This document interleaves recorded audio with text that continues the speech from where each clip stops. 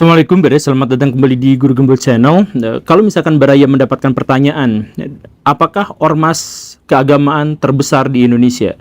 Maka hampir pasti Baraya akan menjawab bahwa itu adalah NU, Nahdlatul Ulama. Tetapi saya punya perspektif yang lain, silahkan kita kaji. Saya pikir yang lebih besar itu justru adalah Muhammadiyah. Kenapa seperti itu? Ayo kita lihat misalkan orang-orang yang menganggap bahwa NU adalah ormas keagamaan di Indonesia yang paling besar, itu misalkan merujuk pada jumlahnya. Jumlah anggota NU itu sekitar 91 juta orang di seluruh Indonesia berbanding dengan warga Muhammadiyah yang cuma 60 juta orang. Atau misalkan kemudian kita lihat jumlah sekolah NU itu mencapai sekitar 21 sampai 23 ribu sekolah se-Indonesia, sedangkan sekolah yang dikelola Muhammadiyah itu hanya 5 ribuan saja. Kemudian universitas atau perguruan tinggi Muhammadiyah itu cuma 170-an, NU 180-an. Nah, dari jumlah yang seperti itu, banyak orang yang tentu saja akan menyebut bahwa NU lebih besar daripada Muhammadiyah. Tetapi coba misalkan lihat perspektif dan argumentasi saya, Baraya.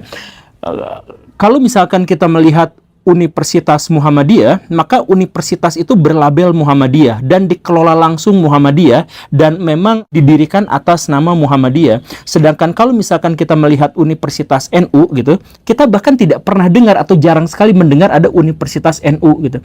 Yang ada sebenarnya adalah universitas atau sekolah tinggi atau politeknik yang didirikan oleh kader NU. Sehingga kepemilikannya sebenarnya bukan kepemilikan NU, tetapi kepemilikan dari kader NU. Jadi Pak Yusuf Kala menyebut ini semacam franchise. Kalau dia punya pesantren, dia punya sekolah, dia punya perusahaan bahkan. Nah, sekolah, perusahaan, dan lain sebagainya itu bukan milik Nahdlatul Ulama, tapi milik kader-kadernya yang jumlahnya sangat-sangat banyak itu. Begitu. Makanya Baraya misalkan kalau ditanya, pernah nggak Baraya dengar rumah sakit NU gitu? Kalau rumah sakit Muhammadiyah Baraya pasti mendengarnya, tapi rumah sakit NU atau Universitas NU dan sebagainya kan tidak seperti itu. Nah, dari pertimbangan itulah kemudian saya berpikir bahwa secara keorganisasian, organisasi massa itu Muhammadiyah jauh lebih besar. Walaupun secara kultur NU itu lebih besar, tetapi keorganisasian dalam bentuk organisasinya, dalam bentuk asetnya, dalam bentuk geledegan karya-karyanya yang mengatasnamakan Muhammadiyah itu tentu saja jauh lebih besar. Nah, cuman pertanyaannya adalah kenapa Muhammadiyah bisa sampai sebesar itu? Nah, simak videonya sampai tuntas, yuk kita bahas.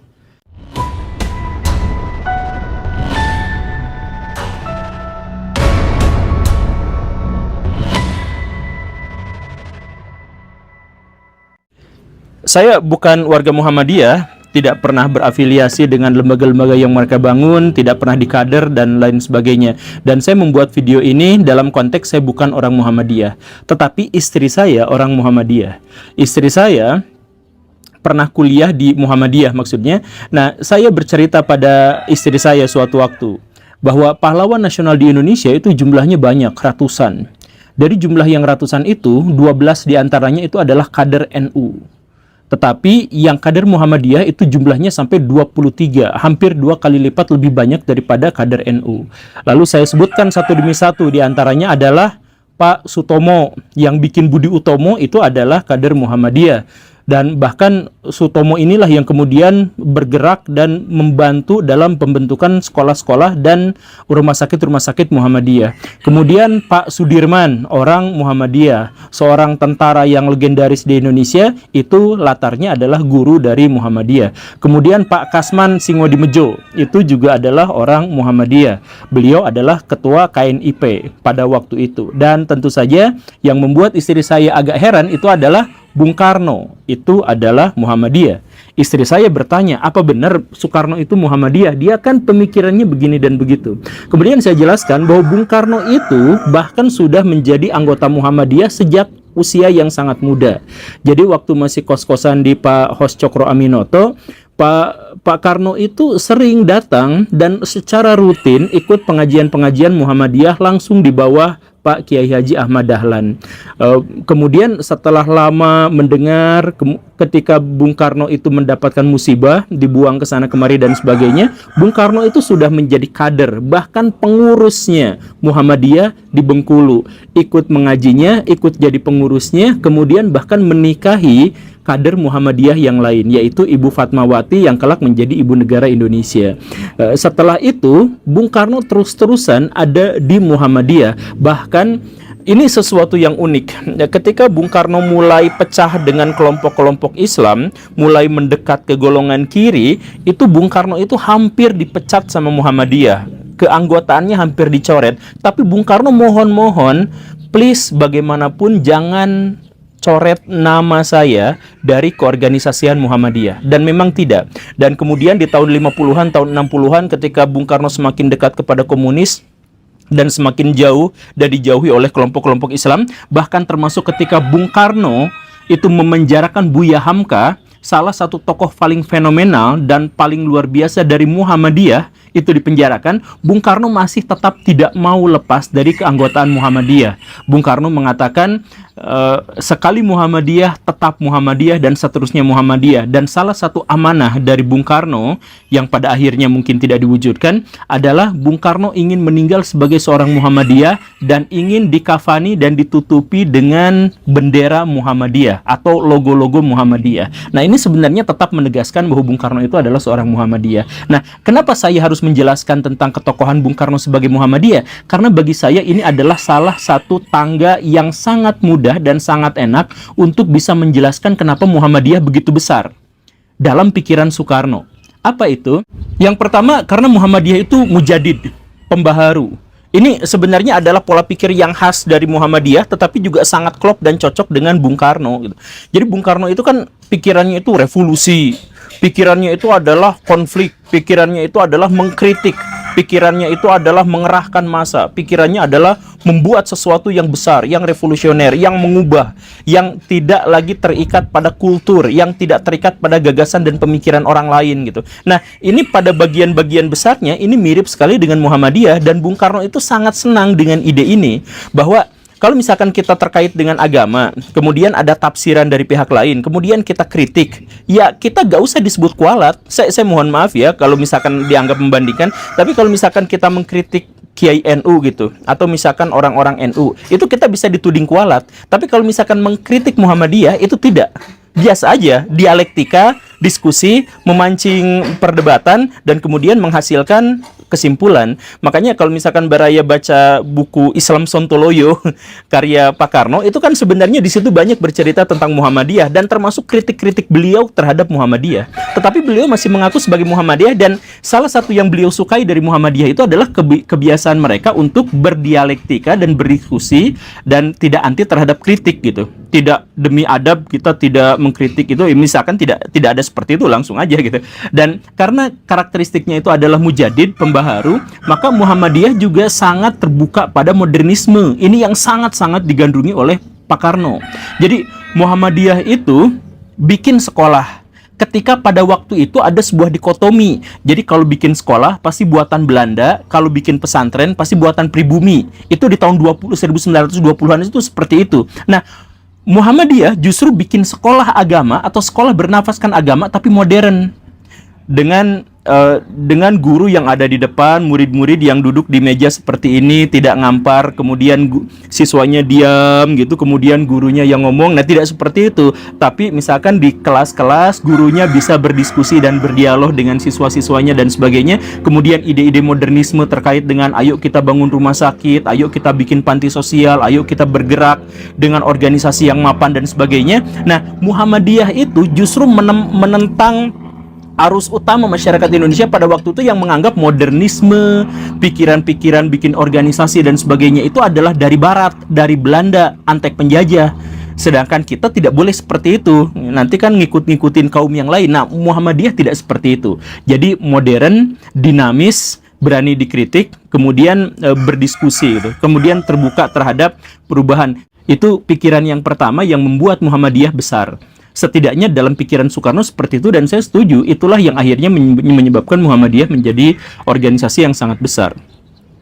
Kemudian faktor yang kedua yang membuat Muhammadiyah itu sangat besar, menjadi raksasa sebagai organisasi keagamaan, itu adalah karena Muhammadiyah itu bisa melakukan aktualisasi pada nilai-nilai Islam lebih banyak pada tataran praktek daripada kelompok-kelompok keagamaan yang lain di Indonesia. Jadi maksudnya gini Baraya, kalau misalkan Baraya ada di pesantren NU dan pesantren Muhammadiyah, Baraya akan menemukan perbedaan yang kurang lebih seperti ini. Kalau orang-orang Muhammadiyah mau mempelajari Islam, maka yang dipelajarinya itu adalah Quran, kemudian Sunnah, kemudian kalau mereka bingung, baru mereka cari referensi-referensi dari para ulama. Jadi para ulama itu ditempatkan belakangan ketika mereka bingung terkait dengan memahami Quran dan Sunnah. Begitu, itu Muhammadiyah. Kalau NU, mohon maaf ya, saya tidak merendahkan, tapi Baraya tentu saja bisa mengkonfirmasi ini. Kalau misalkan NU terbalik, kalau misalkan mau belajar agama, ambil dulu pelajaran, misalkan belajar Al-Quran. Oh, jangan dulu belajar Al-Quran, karena penafsirannya akan membingungkan. Jadi belajar dulu tafsir. Ketika mau belajar tafsir dulu, oh jangan, karena ilmu bahasanya belum mumpuni, masa dari terjemahan, kan begitu ya. Nah, kalau itu berarti harus belajar bahasa Arab dulu. Kalau pas mau belajar bahasa Arab dulu, oh jangan, belajar ilmu-ilmu alatnya dulu. Nah, dari mana kita belajar ilmu alatnya dulu? Oh ya udah, dari Kiai Anu yang sanadnya begini dan begitu. Jadi untuk belajar Quran, jadi orang-orang NU itu ngambil dari bawah dulu, dari ulama, dari tafsirnya, dari terjemahannya, dari ulama bersanadnya, baru kemudian kita belajar Quran dan Sunnah, kan begitu. Nah, karena itu mereka membutuhkan waktu yang panjang untuk bisa mempelajari agama Islam. Sedangkan Muhammadiyah itu ngambil jalur pendek, efisien. Jadi Quran, Sunnah, bingung, galau, butuh referensi, baru ngambil ulama-ulama yang begini dan begitu, diambilin gitu. Makanya orang-orang Muhammadiyah cenderung tidak bermazhab, bukan anti mazhab, tapi tidak bermazhab. Jadi maksudnya ambil Quran dan Sunnah, kalau bingung ya udah cari referensi dari ulama-ulama ini. Kalau NU sebaliknya, ngambil ulama dari Syafi'iyah, bagaimana cara dia memahami Al-Quran, nah pelajari itu pernyataan dari Imam Syafi'i dulu, kan kayak gitu. Nah, karena jalur Muhammadiyah itu menjadi lebih efisien, untuk belajar agama itu lebih ringkas, maka kesempatan untuk mengaktualisasikan gagasan-gagasan ajaran agama Islam itu terbuka lebar dan mendapatkan waktu yang sangat luang gitu.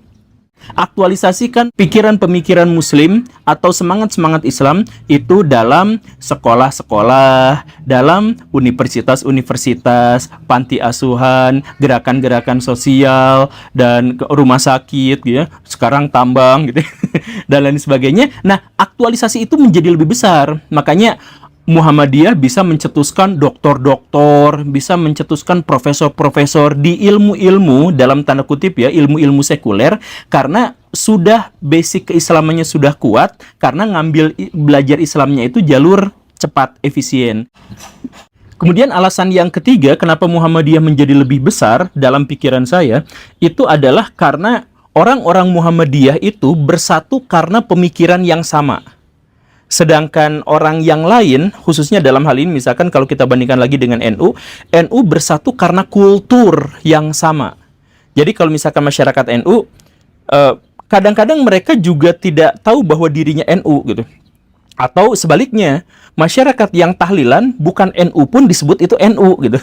Jadi dalam hal ini misalkan tadi saya sebutkan jumlah orang NU di Indonesia itu 91 juta gitu ya. Itu menurut Kementerian Agama. Itu bakal banyak yang komplain. Pasti banyak yang komplain. Wah tidak, pasti lebih besar begini dan begitu. Karena apa? Karena untuk mengidentifikasi orang NU itu lebih sulit.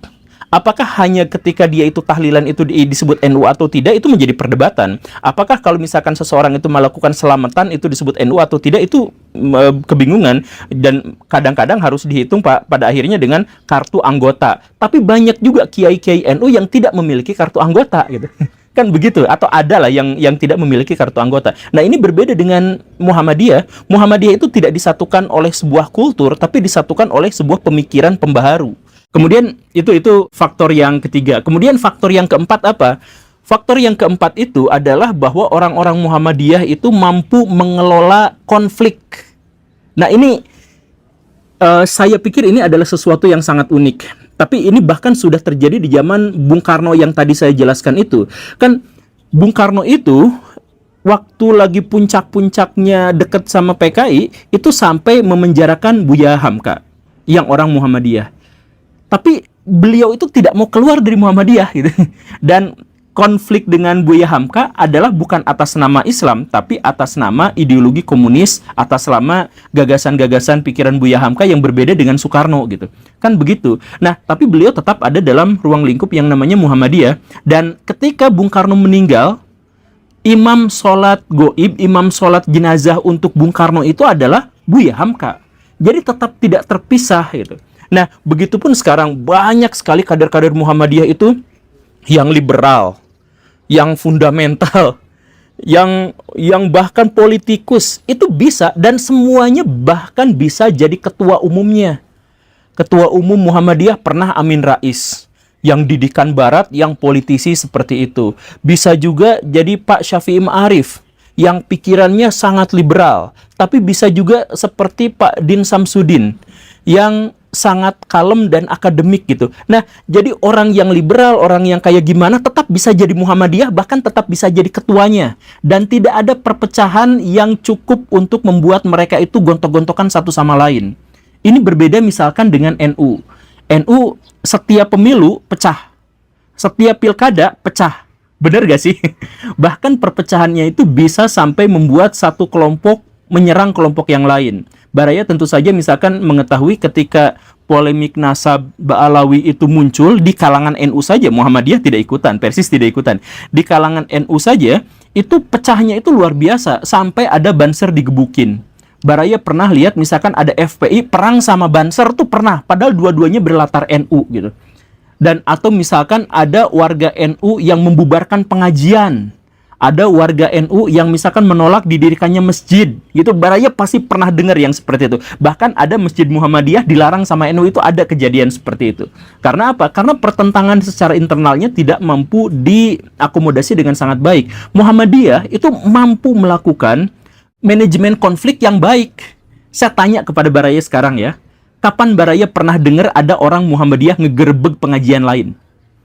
Kapan Baraya pernah dengar ada warga Muhammadiyah itu menghukum warung Tegal yang buka di bulan Ramadan gitu? Itu walaupun di antara mereka itu konflik pemikirannya sangat besar, tetapi tidak menjadi polemik. Saking tidak jadi polemiknya, bahkan sidang isbat pun mereka nggak ikutan. Ya udah aja, mereka sudah punya keyakinan tersendiri, ya udah selesai sampai di situ gitu. Dan kalau misalkan ada yang ikutan lebaran hari ini, hari itu ya juga terserah aja, tidak apa-apa juga gitu. Ya ini sebenarnya juga menjadi celah kelemahan Muhammadiyah, di mana orang-orang Muhammadiyah itu misalkan bisa dimasuki oleh orang-orang PKS dulu kan, dimasuki oleh orang-orang Wahabi, bisa dimasukin oleh orang-orang liberal dan sebagainya. Tapi kalau sudah masuk ke situ pun tetap aja hidup dalam kerukunan gitu. Mereka berdebat, berdiskusi dan sebagainya dalam ranah-ranah yang tidak mengubah menjadi konflik fisik gitu, atau konflik kepentingan yang bisa diekspos sama media gitu. Makanya saya tanya lagi, kapan terakhir kali Baraya pernah dengar orang Muhammadiyah ngegerebek ini itu, atau berpecah belah antara kelompok liberal dan sebagainya, kemudian lalu jadi dua Muhammadiyah gitu? Kan tidak seperti itu ya. Itu alasan yang keempat. Kemudian alasan yang kelima kenapa Muhammadiyah bisa begitu besar, itu adalah karena semangat literasi mereka yang sangat luar biasa. Dan ini harus diakui, lagi-lagi kita lihat bagaimana argumentasi Bung Karno atau pengalaman Bung Karno. Kenapa Bung Karno sangat senang sama Muhammadiyah? Karena waktu zaman Bung Karno, organisasi yang paling banyak menerjemahkan buku-buku Belanda, buku-buku Eropa, itu adalah orang-orang Muhammadiyah. Ketika kelompok-kelompok Islam yang lain berpikir bahwa Islam dengan Barat itu terpisah, bahwa ilmu dunia dengan ilmu akhirat itu terpisah, bahwa aktualisasi Islam dengan mempelajari tafsiran Islam itu terpisah gitu. Nah, Muhammadiyah tidak seperti itu. Tulisan Barat, buku-buku Barat diterjemahkan sama Muhammadiyah, tidak apa-apa. Yang penting itu adalah bagian dari ilmu. Dan ilmu itu, mempelajari ilmu apapun, itu adalah bagian dari ilmu agama. Ketika bikin rumah sakit, itu adalah perwujudan dari ketaatan terhadap agama. Ketika bikin sekolah, bikin panti asuhan, itu adalah wujud dari pengaplikasikan agama gitu. Jadi baca buku dari Barat ya demi untuk bikin sekolah, demi untuk bikin universitas, demi untuk bikin rumah sakit yang bagus dengan kurikulum yang bagus, ya nggak apa-apa, ambil dari Barat. Itu penerjemah paling awal di Indonesia itu, kalau yang dari kelompok Islam itu ya Muhammadiyah itu. Dan itu bertahan bukan hanya pada penerjemahan, tapi juga pada penulisan buku, penulisan jurnal. Orang-orang Muhammadiyah menulis buku jauh lebih banyak daripada kelompok Islam manapun di Indonesia. Saya tidak punya datanya, tapi silahkan cek Baraya, konfirmasi silahkan Baraya berapa banyak tulisan-tulisan buku-buku yang ditulis oleh orang Muhammadiyah versus misalkan yang ditulis oleh dari kelompok yang lain gitu.